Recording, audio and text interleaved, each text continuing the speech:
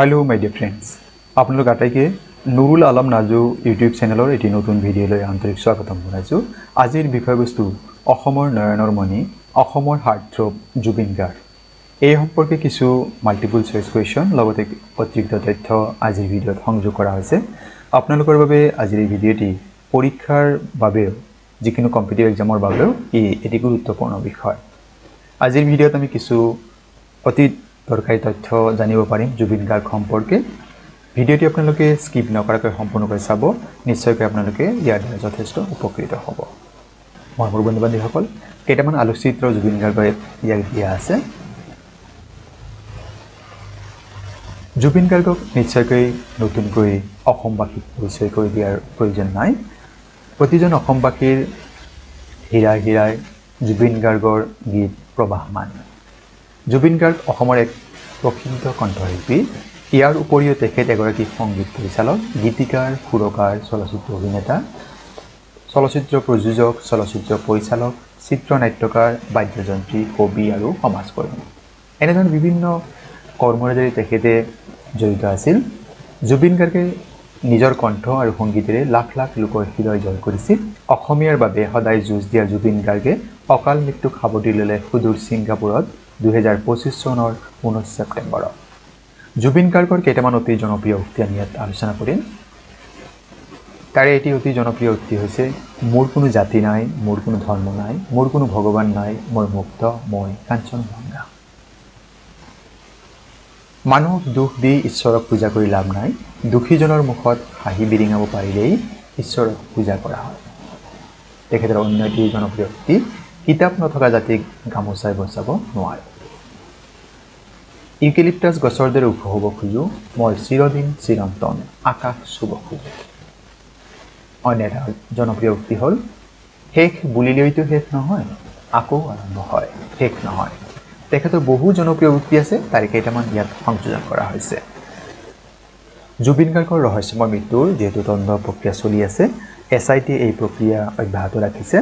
লগতে ইয়াৰ কি ফলাফল হ'ব, এই তদন্ত প্ৰক্ৰিয়াৰ ফলাফল কোন দোষী বা কি আছে, সেই বিষয়ে বিচাৰালয়ে ৰায় দিব।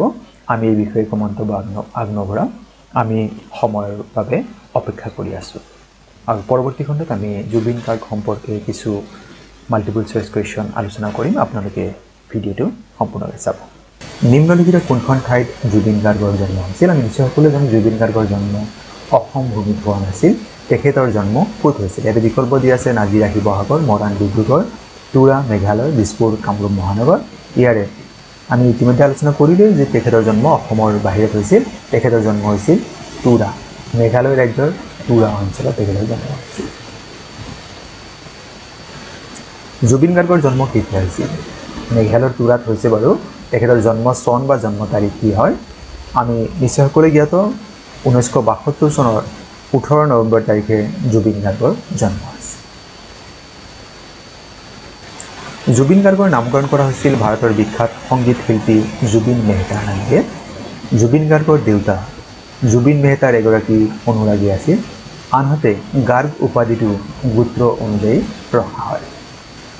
এনে জুবিনৰ যিটো জন্মৰ নাম সেয়া আছিল জুবিন বৰঠাকুৰ, আৰু তেখেতৰ অন্য কিছু জনপ্ৰিয় নাম আছিল অসমৰ হাৰ্টথ্ৰব, গল্ডী, এই নামেৰেও তেখেতে জনা গৈছিল। 2025 চনৰ 19 ছেপ্টেম্বৰত অসমৰ হাৰ্টথ্ৰব জুবিন গাৰ্গে নিম্নলিখিত কোন ঠাইত শেষ নিশ্বাস ত্যাগ কৰিছিল? বিকল্প দিছে অষ্ট্ৰেলিয়া, ছিংগাপুৰ, নেপাল, বেংকক। আমি নিশ্চয় ইতিমধ্যে গমেই পাওঁ যে তেখেতে ছিংগাপুৰত শেষ নিশ্বাস ত্যাগ কৰিছিল। অসমৰ যোজনা হাৰ্টথ্ৰব। ছিংগাপুৰৰ কোনটো দ্বীপৰ ওচৰত সাঁতুৰিব যাওঁতে অসমৰ হাৰ্টথ্ৰব জুবিন গাৰ্গে মৃত্যুমুখত পৰিছিল? ইয়াত বিকল্প দিছে হাৱাই দ্বীপ, গ্ৰীণলেণ্ড, লাজাৰুছ দ্বীপ আৰু লাক্ষাদ্বীপ। ইয়াৰ শুদ্ধটো হৈছে গ বিকল্প যিটো আছে লাজাৰুছ। এই লাজাৰুছ দ্বীপৰ ওচৰত তেখেতে সাঁতুৰিব যাওঁতে মৃত্যুমুখত পৰিছিল। ক'ৰবাত লাজাৰুছ শব্দটো লাজাৰাছ বুলিও ক'ৰবাত আপোনালোকে পাব পাৰে। ইংৰাজী শব্দটো মই সেইকাৰণে দি দিছোঁ। পৰৱৰ্তী প্ৰশ্ন, মৃত্যুৰ পিছত জুবিন গাৰ্গে অনুৰাগীসকলক কোনটো গীত বজাবলৈ জনাইছিল? তেখেতে কোনোবা অনুষ্ঠানত এইখিনিত মৃত্যুৰ বহু আগতেই ঘোষণা কৰিছিল যে যেতিয়া তেখেতৰ মৃত্যু হ'ব তেখেতৰ মৃত্যুৰ পিছত কোনটো গীত তেখেতৰ যিবিলাক অনুৰাগী আছে, ফেন আছে, তেওঁলোকে বজাব, সেই বিষয়ে তেখেতে অনুৰোধ জনাইছিল। বিকল্প দি আছে ৰৈ ৰৈ বিনালে মনৰ নিজানত জোনাক আছিল মায়াবিনী ৰাতিৰ বুকুত সাগৰ তৰুত শুবৰ মন ইয়াৰে গ বিকল্প যদি দি আছে মায়াবিনী ৰাতিৰ বুকুত এই গীতটি অনুৰাগীসকলক বজাবলৈ অনুৰোধ কৰিছে মায়াবিনী ৰাতিৰ বুকুত শীৰ্ষক গীতটো কোনটো জনপ্ৰিয় অসমীয়া চলচ্চিত্ৰৰ গান এই আচলতে এটা অসমীয়া চলচ্চিত্ৰৰ গান হয় ইয়াত বিকল্প দি আছে যৌৱনে আমনি কৰে দাগ তুমি মোৰ মাথো মোৰ হিয়া দিয়া হিয়া আচলতে এই গীতটি অতি জনপ্ৰিয় গীত মায়াবিনী ৰাতিৰ বুকুত এয়া দাগ নামৰ অসমীয়া যি চলচ্চিত্ৰ আছে সেই চলচ্চিত্ৰৰ এটি গান হয় এয়া দাগ ছবি পোষ্টাৰ হয় মায়াবিনী ৰাতিৰ বুকুত শীৰ্ষক গীতটোত গীতিকাৰ এই গীতটি কোনে লিখিছে গীতিকাৰগৰাকীৰ নাম ক'ব লাগে মানস ৰবীন হেমন্ত দত্ত জুবিন গাৰ্গ দিগন্ত ভাৰতী এই গীতটিৰ গীতিকাৰ জুবিন গাৰ্গ নিজে এই গীতটি ৰচনা কৰে জুবিন গাৰ্গৰ ৰহস্যময় মৃত্যুৰ তদন্ত নিম্নলিখিত কোনটো সংস্থাৰ হাতত অৰ্পণ কৰা হৈছে মানে কোনে তদন্ত কৰি আছে বৰ্তমান সময়ত বিকল্প হৈছে CID CBI SIT ED ইয়াৰে শুদ্ধ উত্তৰ হৈছে SIT আমি গম পালোঁ যে জুবিন গাৰ্গৰ ৰহস্যময় মৃত্যুৰ তদন্ত নিম্নলিখিত সংস্থা মানে SITৰ হাতত প্ৰাৰম্ভিক তদন্তৰ দায়িত্ব দিয়া হৈছে SITৰ সম্পূৰ্ণ ৰূপ হৈছে স্পেচিয়েল ইনভেষ্টিগেশ্যন টিম আৰু এই জুবিন গাৰ্গৰ যিটো তদন্তৰ দায়িত্ব দিয়া হৈছে SIT যিটো স্পেচিয়েল ইনভেষ্টিগেশ্যন টিম ইয়াৰ মুৰব্বী হিচাপে কাম কৰি আছে মুন্না প্ৰসাদ গুপ্তা জুবিন গাৰ্গৰ সমাধিক্ষেত্ৰ নিম্নলিখিত কোনখন ঠাইত অৱস্থিত যোৰহাট সোণাপুৰ জালুকবাৰী শিৱসাগৰ ইয়াৰ শুদ্ধ উত্তৰ দি আছে সোণাপুৰত অৱস্থিত জুবিন গাৰ্গৰ সমাধিক্ষেত্ৰ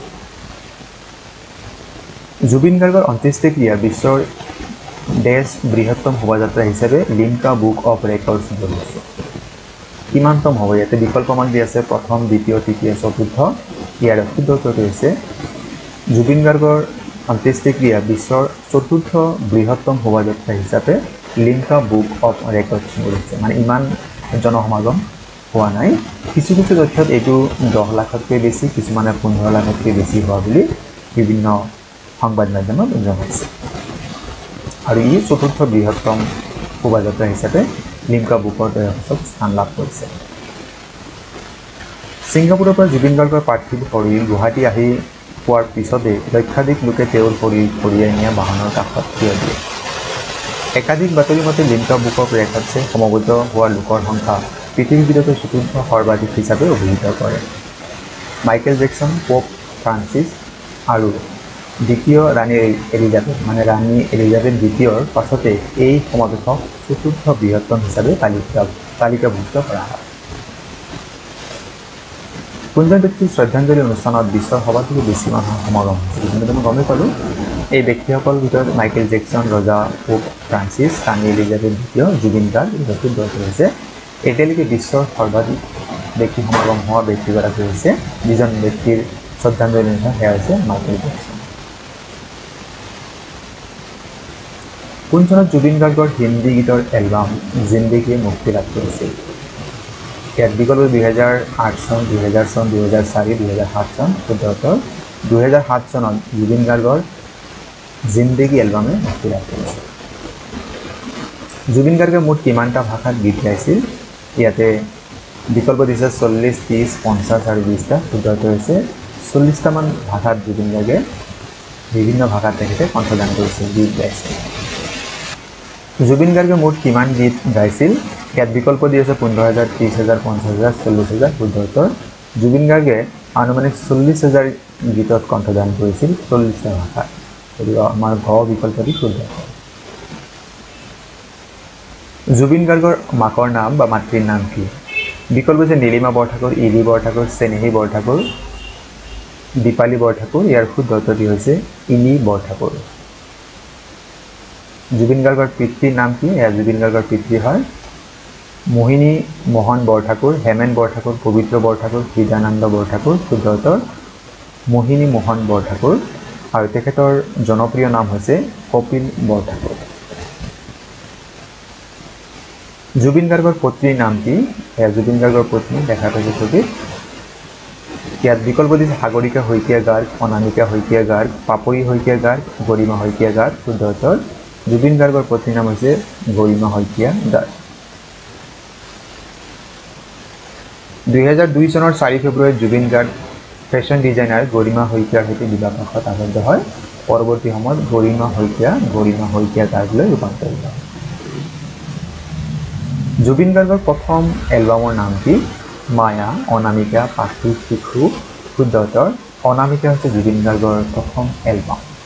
এয়া হৈছে অনামিকা গীতৰ যিটো কেছেট NK প্ৰডাকশ্যনৰ এই গীতৰ এলবামটি প্ৰকাশ কৰিছে। অভিনেতা হিচাপে জুবিন গাৰ্গৰ প্ৰথম চলচ্চিত্ৰৰ নাম কি? তুমি মোৰ মাথো মোৰ, হিয়া দিয়া নিয়া, যৌৱনে আমনি কৰে, জিন্দা ইমান জিন্দা। শুদ্ধ উত্তৰ তুমি মোৰ মাথো মোৰ। এয়া তুমি মোৰ মাথো মোৰ চলচ্চিত্ৰৰ এটি পোষ্টাৰ। সংগীত পৰিচালক হিচাপে জুবিন গাৰ্গৰ প্ৰথম চলচ্চিত্ৰৰ নাম কি? মন যায়, হিয়া দিয়া নিয়া, কইনা মোৰ ধুনীয়া, মিছন চাইনা। শুদ্ধ উত্তৰ হিয়া দিয়া নিয়া। এয়া হৈছে হিয়া দিয়া নিয়া এই চলচ্চিত্ৰৰ এটি পোষ্টাৰ। আৰু এই চলচ্চিত্ৰতে জুবিন গাৰ্গে সংগীত পৰিচালক হিচাপে প্ৰথমতে কাম কৰিছিল। জুবিন গাৰ্গে তেখেতৰ ভনী জংকী বৰঠাকুৰৰ স্মৃতিত নিম্নলিখিত কোনটো এলবাম উলিয়াইছিল? গীতৰ এলবাম। ৰং, মুক্তি, আশা, শিশু। শুদ্ধ উত্তৰটি হৈছে শিশু। আমি সকলোৱে জ্ঞাত যে জুবিন গাৰ্গৰ ভনী জংকী বৰঠাকুৰ দুৰ্ঘটনাৰ বাবে 2002 চনত তেজপুৰত ঘটা এটা শোকাবহ মটৰ দুৰ্ঘটনাত মৃত্যুমুখত পৰিছিল। পিছত জুবিনে জংকীৰ স্মৃতিত শিশু নামৰ এটা এলবাম মুক্তি দিয়ে। অতি শীঘ্ৰে মুক্তি পাবলগীয়া অসমীয়া চলচ্চিত্ৰ ৰৈ ৰৈ বিনালে ইয়াৰ পৰিচালক কোন? বিকল্প হৈছে জাহান বৰুৱা, ৰাজেশ ভূঞা, শশাংক সমীৰ আৰু ৰবি শৰ্মা। শুদ্ধ উত্তৰ হৈছে ৰাজেশ ভূঞা। ৰৈ ৰৈ বিনালে শীৰ্ষক গীতটি জুবিন গাৰ্গৰ কোনটো এলবামৰ অন্যতম এটি শ্ৰুতিমধুৰ গীত? শব্দ, মায়া, ৰুমাল, অনুৰাধা। শুদ্ধ উত্তৰ হৈছে জুবিন গাৰ্গৰ এটি অতি জনপ্ৰিয় এলবাম আছিল শব্দ। এই শব্দ এলবামটিত এটি গীত আছিল ৰৈ ৰৈ বিনালে। পৰৱৰ্তী প্ৰশ্ন, জুবিন গাৰ্গে নিম্নলিখিত কোনটো চলচ্চিত্ৰত অভিনয় কৰিছে?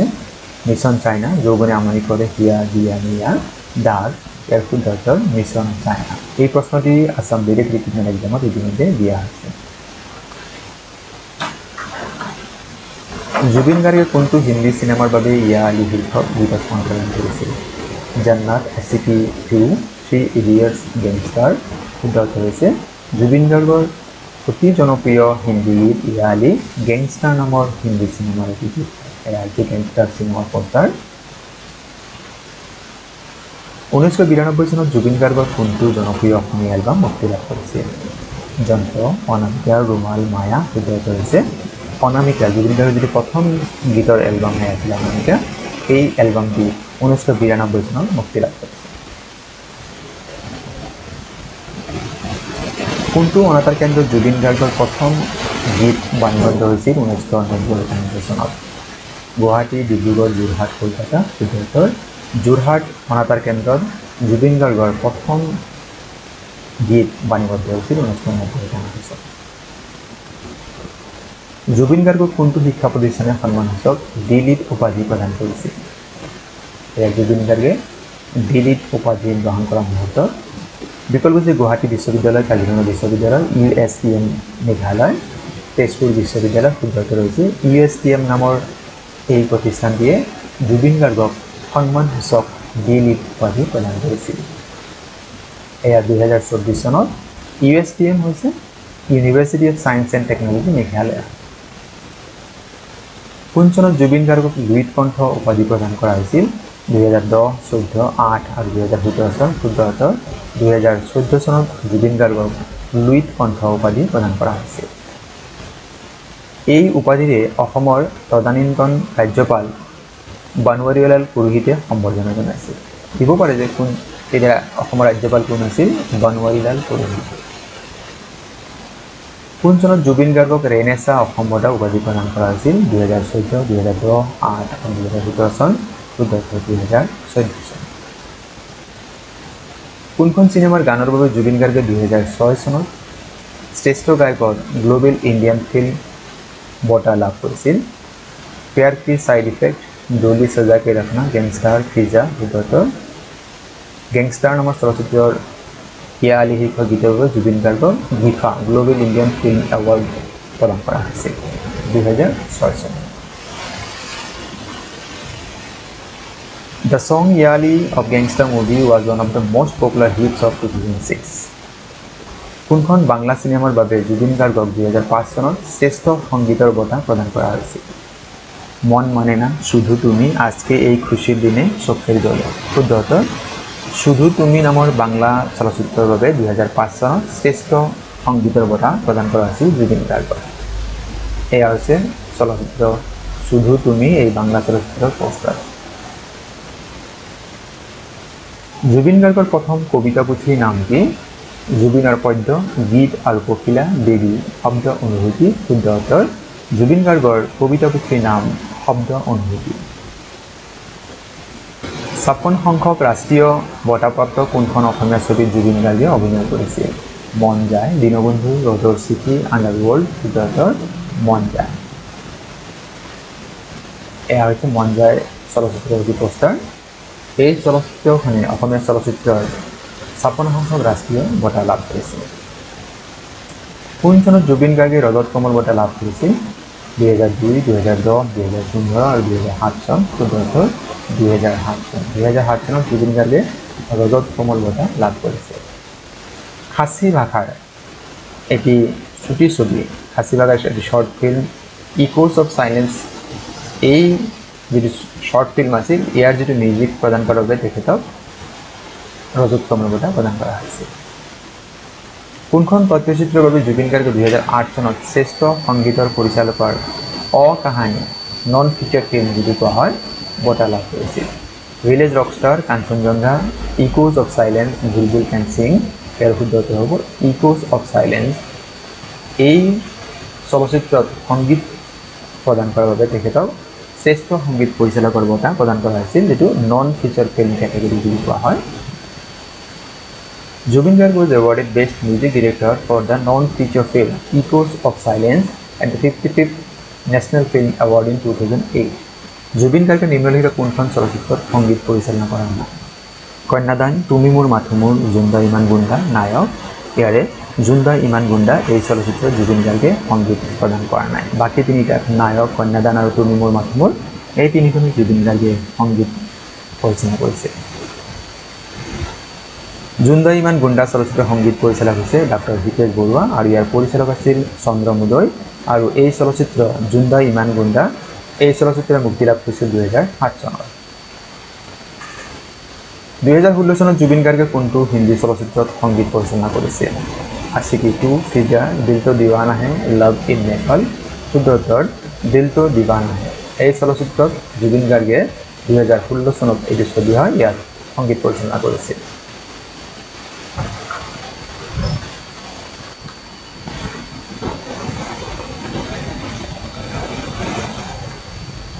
কোন চনত জুবিন গাৰ্গক পেটা ইণ্ডিয়াৰ তৰফৰ পৰা হিৰো টু এনিমেলছ এৱাৰ্ডছ এই সন্মানেৰে সন্মানিত কৰা হৈছিল?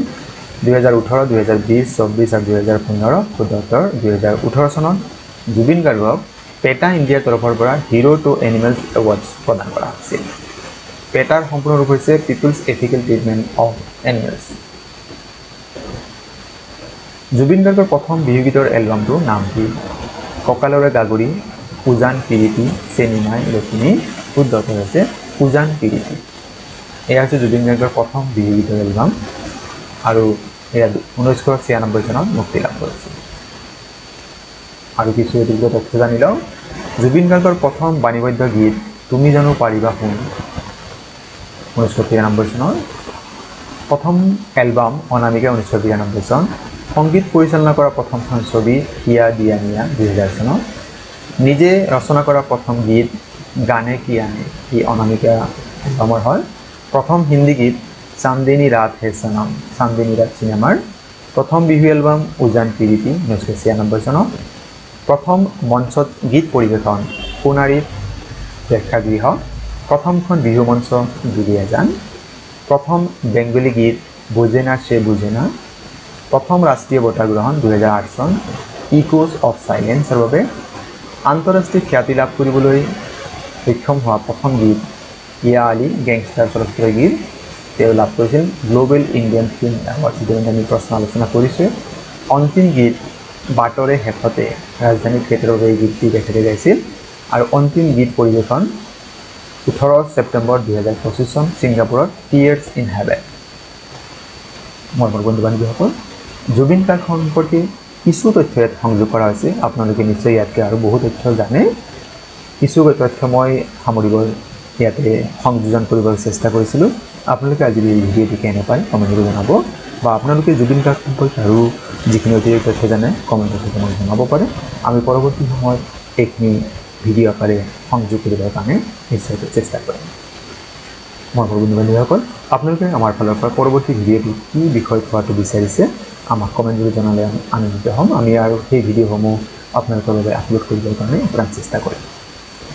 এটি ভিডিঅ' প্ৰস্তুতৰ বাবে আমাৰ টিম মেম্বাৰসকলে বহু কষ্ট কৰিবলগীয়া হয় আপোনালোকে আপোনালোকৰ ফালৰ পৰা এটি কমেণ্ট যদি লাইক কৰি আমাক উৎসাহ দিব পাৰে আপোনালোকৰ পৰা লাভ কৰা প্ৰতিটো কমেণ্ট লাইকে আমাক বাৰুকৈ উৎসাহিত কৰে আৰু পৰৱৰ্তী ভিডিঅ'সমূহ সুযোগ কৰাত সহায় কৰে আপোনালোকে আজিৰ এই ভিডিঅ'টি সম্পূৰ্ণকৈ চোৱাৰ বাবে আপোনালোকক জনাইছোঁ অশেষ অশেষ ধন্যবাদ